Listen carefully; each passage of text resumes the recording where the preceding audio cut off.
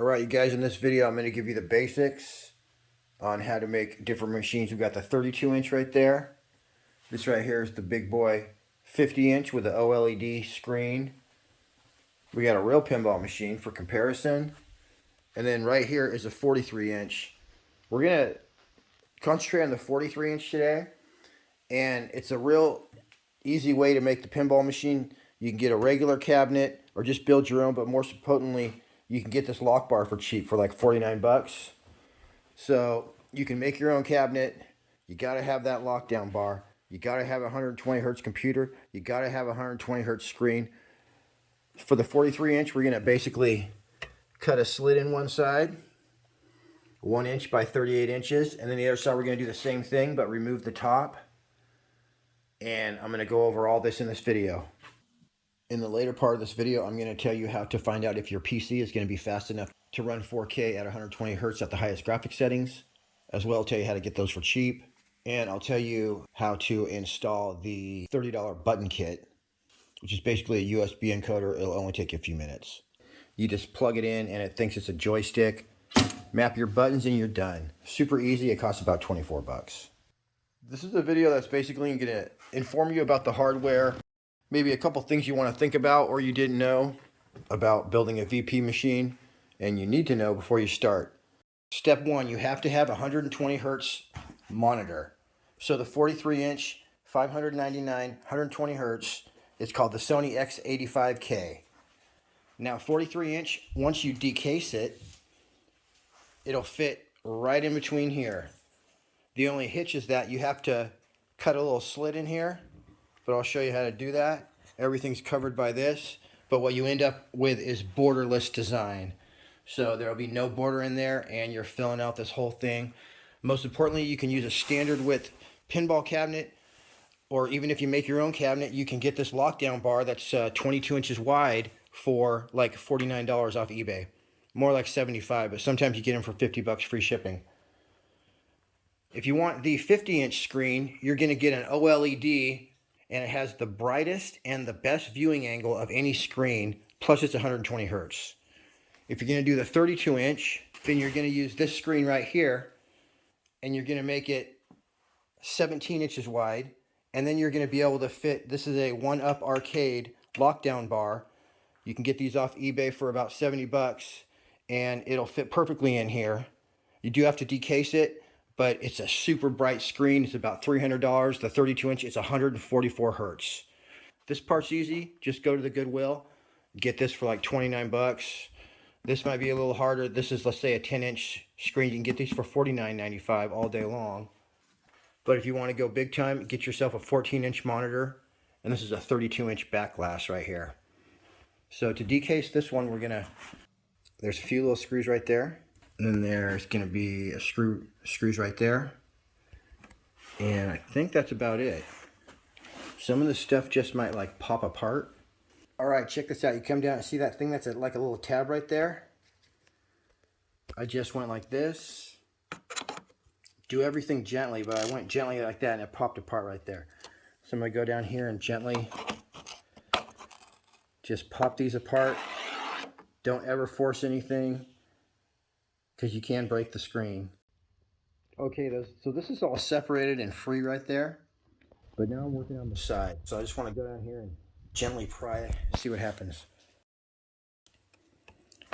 By gently prying this way, so getting under there and pulling this out like this, it actually pops it off whatever's underneath there. Like there's a little lip in there and it allows me to pull it up like this. So it's coming off nice. Once we get the back off, we'll be home free. All right, boom, there it is. So I did the bottom, then I did both sides, and then once that was done, it just kind of folded up. It did give me a little binding up here, but I was just gentle, and it just went ping, came right out. And that was with no prying on the screen or anything. So it has a metal frame around here. This is the best deal for a 43-inch 120 gigahertz screen, so you're probably going to be using this exact model if you're smart. So this is the speaker array. And you really don't need it because you're going to be running surround sound. So you just gently unplug that. This thing's going to pop right out. Okay. And then down here, this is a button. So You just gently work that out. There's might be some screws holding it. I just unscrewed that and it literally just pulled right out. It pops right out. The way manufacturing is these days, a lot of stuff just snaps in. So this whole piece right here just snaps in, and those are the snappy doos right there. Literally pulls right out like that. And you got a little ribbon cable here. So something like this, I would just keep it attached. And you can run this somewhere, like if you want to have an on and off button for your monitor in your pinball machine, you can do that. Let's see what side this is on. So this is right here. So you could, it doesn't matter what side your screen is on, because you can switch it in the computer. So you might want to have this one down towards the player, and then you could take this thing and mount it like this. Boom, this is the on-off switch for my thing. So I just go boop, and it turns that on. A lot of screens turn on by themselves, but yeah, that's something to think about. So all this stuff, you want to make sure that if you have like a speaker box or something, or a computer inside your cabinet, that you're not hitting it. And yeah, we should be good to go. Let me just see if I can get anything else off the screen. So it looks like this whole outer bezel and you know, a 1/4 inch at the bottom that I was talking about is screwed in with these little teeny screws into the actual frame of the LDC or whatever. So I'm gonna unscrew those. Bam. All right, so this thing literally fell off. We just shaved a 1/4 inch off this, which is what we want, but we got to get rid of this little piece right here. All right, I managed to clip that little tab off, and you want to do it from the front so you can see where your screen's at. You don't accidentally cut into it. It's not bad. So when you're cutting these little tabs off, you want to stay on that side of the plastic. You can run your little cutter, and you still got, you see how that's sticking out a little more right there? You got a little error room right there. So if you stay on that side, then your screen will be fine. All right, this edge is cool. It's not gonna stick up, it's not gonna be too thick. This side though, we might run into a little problem right here, but it looks like these brackets will come off. It looks like this little doodad will come off. And so let me just take some screws out and see if these brackets are coming off. Because we're basically gonna be going through the plywood, and we're gonna be sitting right here, and this is gonna be going over it. So we're literally going edge to edge with our TV. All right, that stuff came off, no problem. So now we got a nice thin edge going all the way down. I'm gonna take that last piece off. Now before you go to put this in, you do wanna plug this in and turn it on and make sure that you didn't break it. If you did, you better put it all back together and stick it back in that box pretty fast. Just kidding. You should be fine though. But definitely test it before. All right, now you can see a little better of what I did. So on one side, you're just gonna cut a slit, and on the other side, you're gonna cut a piece that looks like that you can pull completely out. Because what's gonna end up happening is you're gonna put the TV into this slit, and then this is gonna come down, boom, right on top, and then you're gonna put this piece back on. And I actually screwed it right through here, and I'll show you. You leave enough bite so that there's no issues. So this is just totally embedded inside the pinball machine. And you can see my cut right there. This is the removable one. It went all the way up to nothing. And then down here, I got all that bite right there. It came down. I screwed it, drilled it, and then screwed it right through here. So it's got a screw going in there. I think I also got something going in right there, but this is just solid. And by the time you get that rail back on here, it's going to be even more solid. Plus you got this thing tying you in right here. A little bit of hot glue.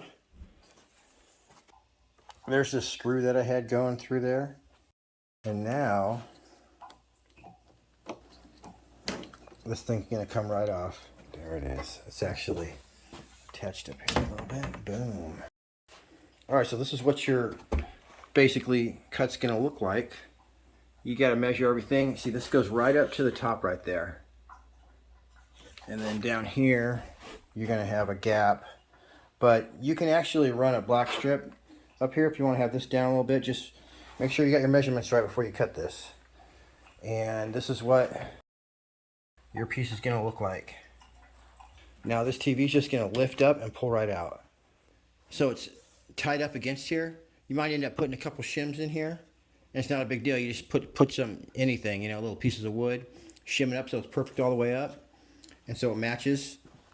And, you know, hot glue them in. Hot glue you can always take back out if you really need to. So sometimes these subwoofers are really tall, okay? So you got to be mindful where you're going to put it. It is okay to like cut the top off this box and look inside here, and you'll see that this is pretty much everything that's going on. So you could actually shorten this. Of course, you're going to take these legs off, and then you would screw this. You can cut a nice hole, and you screw this to the cabinet. As long as this is attached to the cabinet, then you'll get the vibration a little better. You want a powered subwoofer though, and this cable right here, it's a special cable. So even though it looks like an AV cable, it's not. It's a RF cable or something like that, but you have to get a special base cable for that. First thing you want to do is cut a big old hole right in the middle. So this was my first cabinet, so it's full right now, but basically I would cut here and here, and then I would have all my computer stuff back here, and maybe like my stereo stuff up here, or you could fit your computer and stereo right here. Probably cut a big hole out of the back. You're gonna have to reach in there to get your, I'll show you what this one looks like. So this one right here, I got some fans right there, which aren't really doing anything, but they are sucking the air from the very top. And then this is my on button right here. And that's just the on button to my computer, which I kind of decased, not all the way. So you got a big old open area right here with some fans. And then under here, I got my subwoofer right there, right by the front. Then right here, I have a giant hole so I can fit my whole body in here. That right there is an example. I got my stereo equipment right there. If I really need to, I can look in the back and see what the settings are, but I never change them. This stuff all comes on automatically. And then that's actually my computer sideways. So that worked out good there. What's going on up here is just basically, you can't see nothing, but this is a big old subwoofer firing boom down right there. And then I got my power strip right there. Just a bunch of wiring. But this is just totally open, so there's never any issue with airflow. Okay, so you got a giant hole right here. That's what we're gonna do over here too.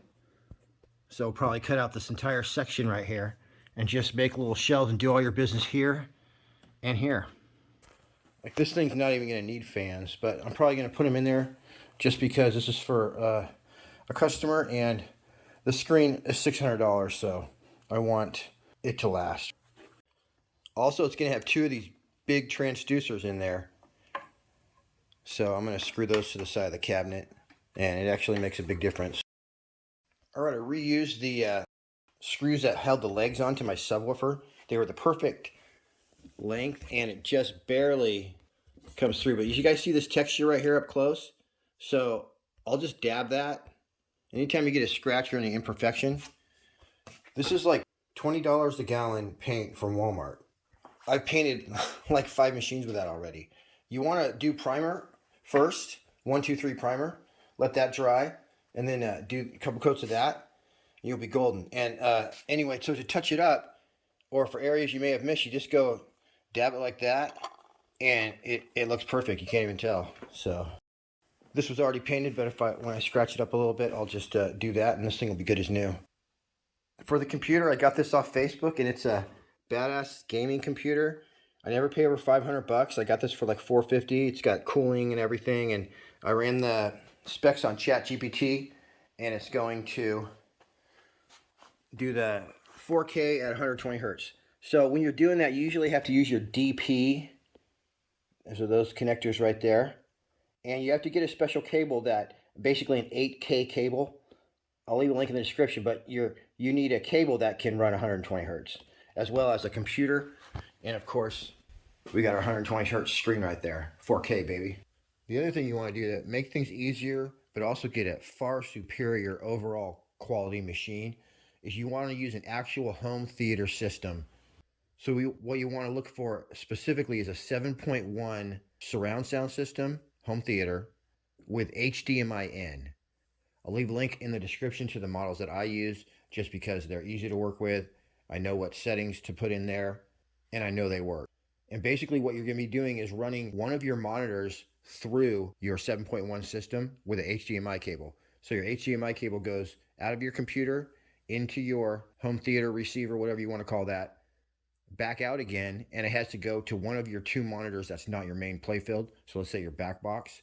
And then on your computer, you're going to select that for your output. It'll usually say something. And then you got to go in and set everything to 7.1 and all that stuff. But that is far easier than trying to hook up all these different amps and channels and all this BS. These are your channels: front, center, front, left, and right, rear, left, and right. So that gives you your spatial surround sound. And then you have two more channels left. Oh, of course, point one is your subwoofer. You have two more channels left, and those are going to be your transducers. And those basically take low frequency sounds and translate them into vibrations. So everybody in the industry uses these little puny 3-inch ones. I like to use these big ones right here. They're not expensive, and they're made to put like one of them on your couch, so it vibrates your couch during movies. So anyway, two of these screwed into the side of the cabinet is perfect. It is best to get those as close to the player as possible. But on my main machine, I think I have them right in the middle, and it works awesome. The surround sound feedback on a system like this is going to be so good that you're not even going to need solenoids. A good virtual pinball table is going to have all that surround sound feedback built into the table, and it's going to sound as real as it can be. You're going to be able to feel vibrating through the table every single click and pop and bump and everything. So when the ball rolls down and hits the side of something, you can feel that bump. And that's just from your SSF system. When you hit different effects in the game, the bass kicks in, it shakes the whole table. So you can feel the flippers, you can feel the pop bumpers, and obviously you can hear it all as well.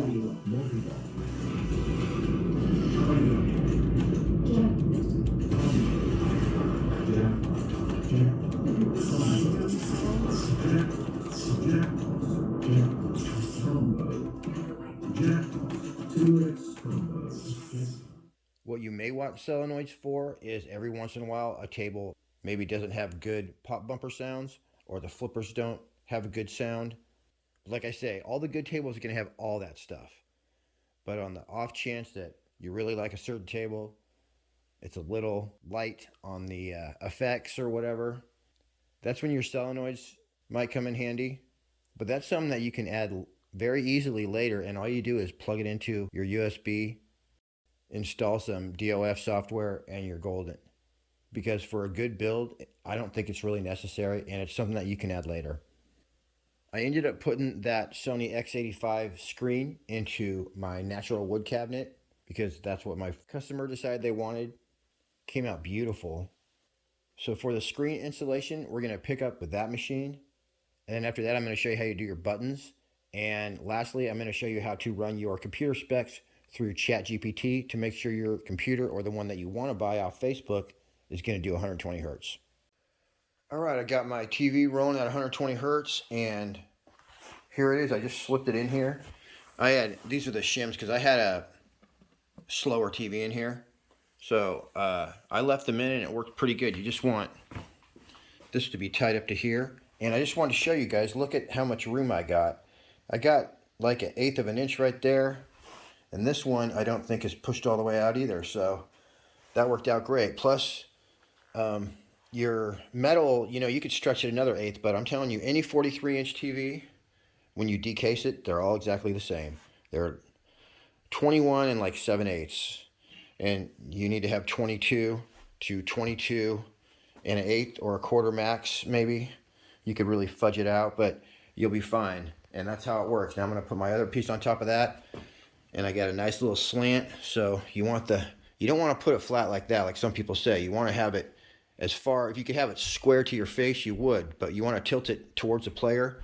Also, like in the back, I put those legs up and took the things off of here so the entire machine's tilted even more. So anyway, it's going to be awesome. Also, you see this line back here. So it's at a certain level right there, but then it's too high right there. So that's where you're going to shim up and down and get everything perfect. So you just get this line perfect and then get these close, to being all the way up, and you're golden. All right, full disclosure, there were these little nubs on the Sony X85, which is probably the one that you want to get. So I just had to dado that out a little bit. But we got everything good. I got my line here. As soon as I put that in, we're going to be right. That pushes down about 1/8 of an inch, right where we want to be. And this side's looking good. So yeah, the Sony X85, definitely the best choice out there, but you will have to do a little dado action. But you know what they say, what happens under the side rail stays under the side rail. All right, so I got that tight right there. I got my line perfect right there. Anyway, this thing's ready to rock and roll. I just want to tell you one thing is that even though I didn't get any glue inside this channel, I was working with glue around it.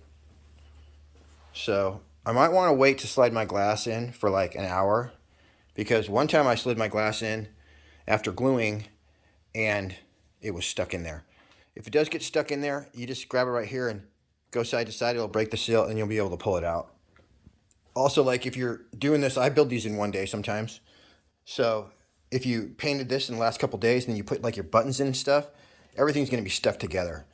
So like this one over here, I had a screen in it. I was experimenting with different screens, and what it all comes down to is you have to have that 120 hertz. You got to have that 120 hertz screen. You got to have a computer to push it. And if you don't, then your pinball's going to suck. So anyway, I had a screen in here that was like 60 hertz, and I went to pull it out, and it had stuck to the paint that was on this rim right here, and apparently I cracked it. And I didn't even notice until I had installed it later somewhere else, and had a big old crack in it. So be careful when you're taking stuff out. Make sure it's not stuck together if you ever have to work on your machine. All right, getting close. We got the 120 hertz screen in there. Fit perfectly, with a little help, of course. Almost ready to slide the glass on. I got to do this part. Okay, I took this little like 1/4 inch foam board, black, from Michael's Crafts or whatever, and I cut it so good it actually just pressure fit in here. But usually I just put them in here like this, and you put your lock bore on it and it looks great. Like by the time the screen lights up, you don't see nothing. It's perfect.